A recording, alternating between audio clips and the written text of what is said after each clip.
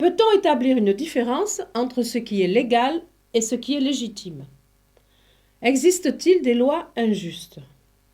La désobéissance est-elle un délit, un droit ou un devoir?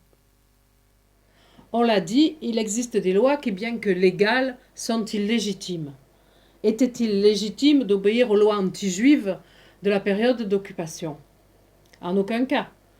Lorsqu'on désobéit à ces lois, on le fait au nom d'une règle morale, d'une norme que l'on juge supérieure à ces lois humaines. On le fait au nom d'un droit naturel que l'on pose comme supérieur au droit positif. La figure mythique, l'héroïne symbolique de la désobéissance civile, de la désobéissance à une loi que l'on juge inique, c'est Antigone. Antigone, vous vous souvenez peut-être d'Œdipe, qui avait épousé sans le savoir sa mère Jocaste. De cette union sont nés 4 enfants. Un de ces enfants, c'est Antigone. Antigone vit à Thèbes, dont le roi, son oncle, est Créon. Un de ses frères, Polynice, trahit Thèbes et fait la guerre dans l'armée ennemie. Il meurt. Les lois de Créon, les lois de Thèbes, interdisent, dans ce cas, d'enterrer le traître. Et Antigone va se battre pour, au-delà de cette loi qu'elle juge injuste, arriver à faire enterrer son frère. Elle sort donc en cachette la nuit et elle essaie de recouvrir son frère de poussière pour lui éviter d'être mangé par les animaux sauvages. Elle est prise sur le fait par les soldats de Créon, jugée, condamnée à être emmurée vivante. Et là encore, elle refuse de se soumettre à une loi qu'elle juge injuste, et plutôt que d'être tuée par la loi, elle se suicide. Sa plaidoirie face à Créon est très claire. Lorsque Créon lui demande si elle connaissait bien la loi qu'il avait édictée, interdisant d'enterrer un traître, elle lui dit oui, je la connaissais, mais cette loi, ce n'est rien, ce n'est qu'une loi des hommes. Moi, ce que je fais, je le fais au nom d'une loi qui est celle des dieux, une loi éternelle, une loi inébranlable. Comment connaissons-nous cette morale dite supérieure? Eh bien, par une sorte de sentiment intérieur qu'on appelle la conscience morale. Reportez-vous à votre cours sur la conscience. Cette conscience morale qui est symbolisée dans l'histoire de Pinocchio par Jiminy Cricket, ou dans la Bible par l'œil de Dieu, qui suit Caïn après qu'il a tué son frère Abel. Cette conscience morale serait universellement distribuée parce qu'elle viendrait d'une dimension transcendante de Dieu en général. Alors là, on a la réponse de Freud. Freud nous dit, eh bien non, votre conscience morale, c'est votre surmoi. Et votre surmoi, il a été fabriqué de manière essentiellement inconsciente par ce qui s'est passé dans l'inconscient de vos parents, par les interdits qui ont pesé sur vous, par ce que vous avez refoulé, par ce qu'aujourd'hui vous vous interdisez de façon inconsciente. Autre réponse, celle de Lévi-Strauss.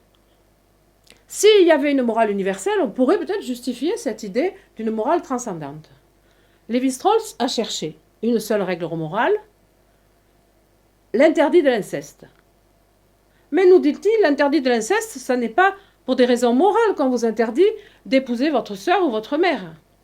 C'est pour des raisons économiques et sociales, pour faire société, pour avoir des gens avec qui échanger. Mais pour affirmer qu'une loi est illégitime, il faut s'appuyer sur l'idée d'un principe supérieur. Alors il ne nous reste plus qu'à faire appel à la raison. Et au nom d'une nature humaine universelle et des droits qui découlent de cette qualité d'homme, on va installer des principes de justice. C'est la philosophie, la théorie, l'idéal des droits de l'homme. Hélas, on peut encore avoir un regard critique sur cette théorie.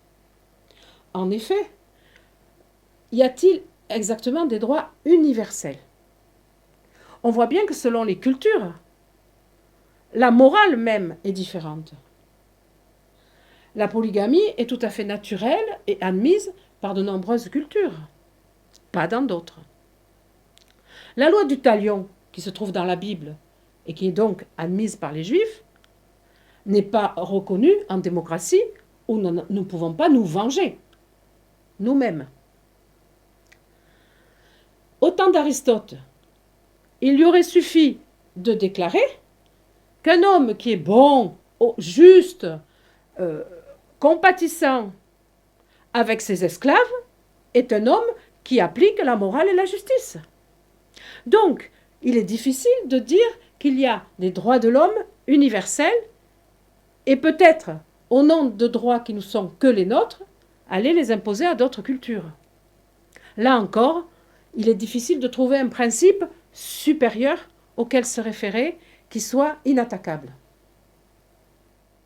Si toute idée de justice se révèle particulière, personnelle, partiale, historique, culturelle, idéologique, faut-il pour autant attendre d'avoir une justice transcendante pour agir contre l'injustice, pour résister à l'injustice? Certes non. Et l'on trouve même dans la Constitution française l'affirmation d'un droit à cette résistance. Dans l'article 21, il est dit que si le gouvernement viole les libertés et les droits, la résistance sous toutes ses formes est le plus sacré de tous les droits. Reste à savoir comment résister, comment agir contre l'injustice. Nous allons le voir ensuite.